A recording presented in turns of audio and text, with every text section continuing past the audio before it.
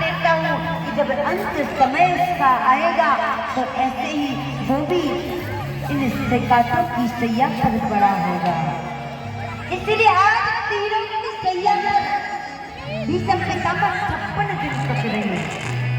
तो सोचिए, ये तो जाने अनजाने में पाप हुआ और उस पाप को भी आज भीष्म पितामह सहन कर रहे। और जब सामने आई तो कहा, इस मुंह को लटका कर के मत खड़े रहना। मेरी इच्छा है कि आप मेरे समक्ष खड़े हो तो मैं आपकी मुस्कुराती हुई इस सुंदर छटा को अपने इस ज्ञान वैराग्य रूपी नेत्रों में हृदय में बसा सकूं। भगवान ने सोचा, ना जाने इन महात्मा ने मेरी ड्यूटी कब तक लगा दी। भीष्म पितामह कहते, प्रभु मेरा ये जो शरीर का अंग है ना, ये अंग साथ नहीं दे रहा। मैं तो इन करों को जोड़कर के प्रणाम भी नहीं कर सकता, लेकिन इस शरीर में केवल जो मेरा साथ दे रही है वो केवल एक जिज्ञा है। आज भीष्म पितामह भगवान की स्तुति करते हैं। इतिमति रूपी कल्पिता विकृष्णा भगवती सात्वंगवे विभुना। सुंदर इस श्लोकों में भीष्म पितामह ने भगवान की स्तुति की। आज उत्तरायण का समय आया। भीष्म पितामह कहते, प्रभु मैं चलते चलते आपसे बस एक ही इच्छा मेरी रह गई है। प्रभु कहने लगे, क्या है? कहने लगे, प्रभु मेरी एक बेटी है और मेरी इच्छा है कि उस बेटी का विवाह करके जाऊं। भगवान कहने लगे, महाराज मैंने तो सुना संत विवाह ही नहीं करते हैं और आपकी तो शादी ही नहीं हुई, और जब शादी नहीं हुई महाराज तो फिर बेटी कहाँ से आ गई? भीष्म पितामह कहने लगे, प्रभु मेरी एक बेटी है, बहुत सुंदर है। भगवान ने कहा, तो उसके लिए वर नहीं मिला? कहा, जहाँ मैं वर देखने जाता हूँ ना तो कहीं घर अच्छा होता है तो वर अच्छा नहीं होता, और जहाँ वर अच्छा होता है तो घर अच्छा नहीं होता। भगवान कहने लगे, तो मैं क्या करूं?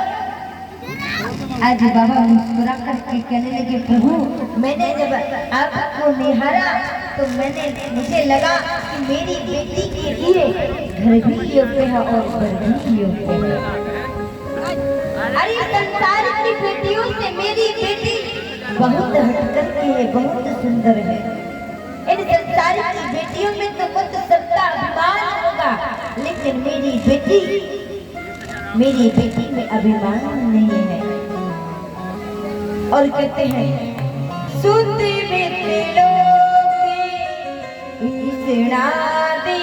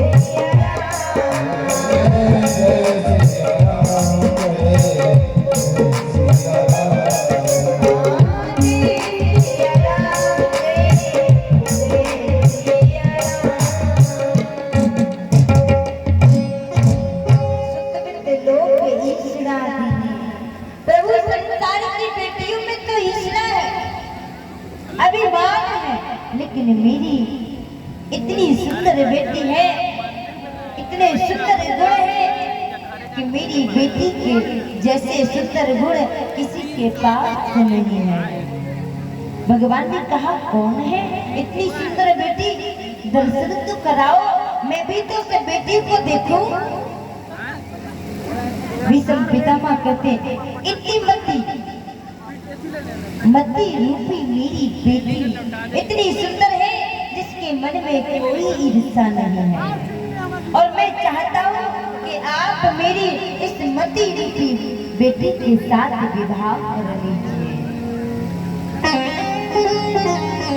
स्वयं को आज भगवान को सौंप दिया और कहते हैं उत्तरायण का समय आया। जिन भीष्म पितामह को इच्छा मृत्यु का वरदान था, आज उत्तरायण के समय में, उत्तरायण की बेला में भीष्म पितामह ने अपनी इस देह को त्यागा और कहते हैं यहाँ पांचों पांडवों ने सारा घर, तो पांडवों को पता चला कि मेरा प्रभु तो इस धरा को छोड़कर के चला गया। तो यहाँ पांचों पांडवों ने अपने पुत्र राजा परीक्षित को सारा राज्य सौंप करके पांचों पांडवों अपने से शरीर को त्यागा और भगवान के हृदय में विलीन हो गए। आगे चलकर के राजा परीक्षित इस राज्य को संभालते हैं। एक दिन राजा परीक्षित ने सोचा कि क्यों ना मैं अपने राज्य में जाकर के प्रजा को देखूं, और जैसे ही गई तो देखते कि एक गाय जिसकी आंखों से अश्रु निकल रहे हैं और एक बैल जो एक ही पैर पर खड़ा हुआ है, एक काला काला अवधूत आकर के मार रहा था। राजा परीक्षित ने देखा तो जाकर के चिल्ला करके कहने लगे, अरे तुम कौन है दुष्ट, मेरे ही राज्य में होकर के तू सता रहा है।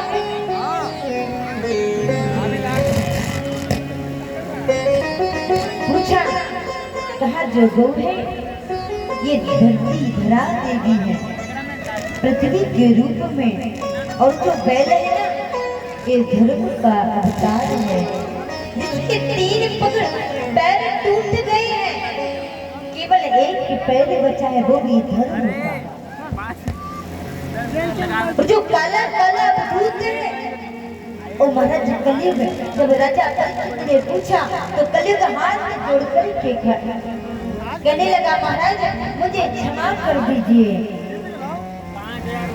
राजा परीक्षित कहने लगे, आप मेरे राज्य को छोड़कर के चले जाइए। कलयुग कहता, महाराज जहाँ तक इन नजरों को से देखूं वहां तक आपका ही पूरा राज्य है, तो बताओ मैं कहाँ जाऊं, मुझे माफ कर दीजिए। राजा परीक्षित कहने लगे, ऐसा कौन सा तुम्हारे अंदर गुण है, इस गुण को देख कर के मैं तुम्हें माफ कर दूं।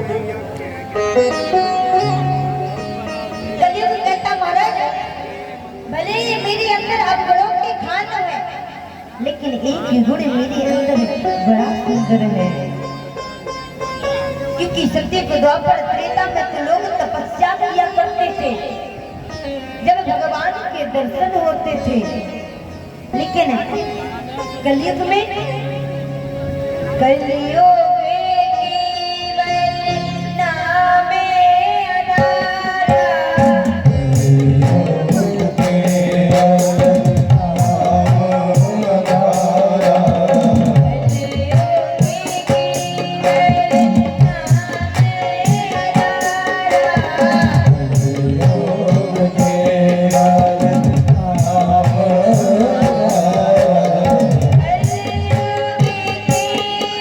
Yeah.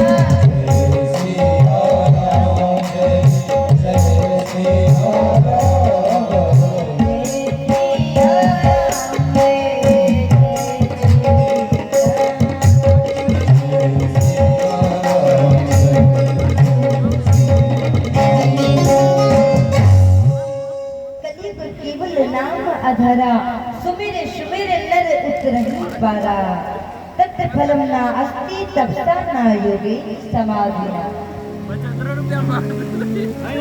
सभी युगों में तो तपस्या करनी पड़ती थी जब फल प्राप्त होता था, लेकिन इस कलयुग में केवल भगवान का नाम लेने से मानव का कल्याण हो जाएगा। और इस गुण को देखकर राजा परीक्षित ने कहा, ठीक है मैं तुम्हें क्षमा करता हूँ, और कहा मुझे रहने के स्थान। तो राजा परीक्षित ने कलियुग को रहने के स्थान दिए। दूतम पानु निष्क्रिया सीना यत्रा धर्मस्य कुलभृत्या। कहा दूतम पान जहाँ मदिरा पान की जाती हो वहाँ कलियुग का निवास होगा। जहाँ विषयाएं संग करती हो वहाँ कलियुग का निवास होगा। और कहा जहाँ अधर्म हो रहा हो, अनिष्ट हो रहा हो, जो अधर्म के रास्ते पर चल रहा हो उधर कलियुग का वास होगा। कलियुग ने कहा महाराज ये तो आपने अपने मन से दिए, एक स्थान मेरी भी मन का दे दीजिए। कहा कौन सा स्थान? तो आज चौथा स्थान जब सोनी में निवास मांगा तो कहते हैं कौन से स्वर्ण में? कहा जो स्वर्ण अधर्म से कमाया गया हो उस स्वर्ण में, उस सोने में कलियुग का निवास होगा। और सूत्र कथा को श्रीवण कराते हैं। कहते हैं तभी राजा परीक्षित जब अखेट खेलने के लिए गए वन में तो वहां उन्हें प्यास लग आई। सैनिक पीछे छूट गए। राजा परीक्षित को प्यास लगी तो देखते कि आश्रम था सामने। जाकर के देखा कि संत तपस्या कर रहे हैं।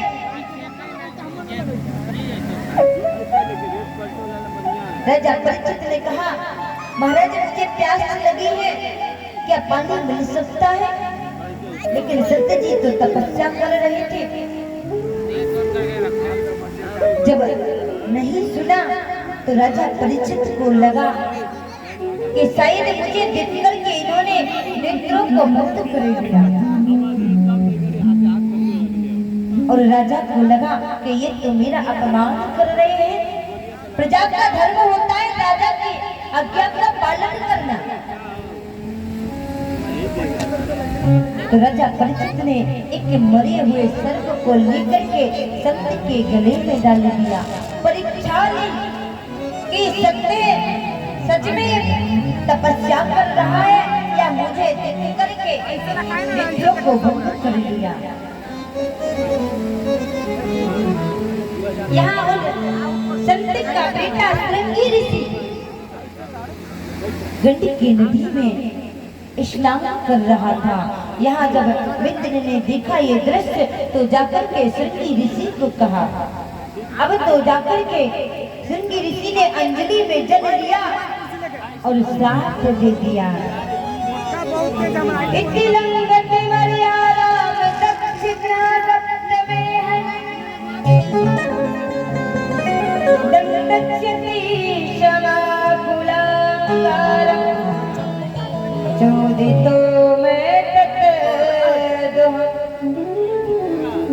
जिसने मेरे पिता का अपमान किया है, सर्प को डाल करके मैं उसे श्राप देता हूँ कि आज से ठीक 7वें दिन उसकी तक्षक नाम के सर्प से डसने से उसकी मृत्यु हो जाएगी।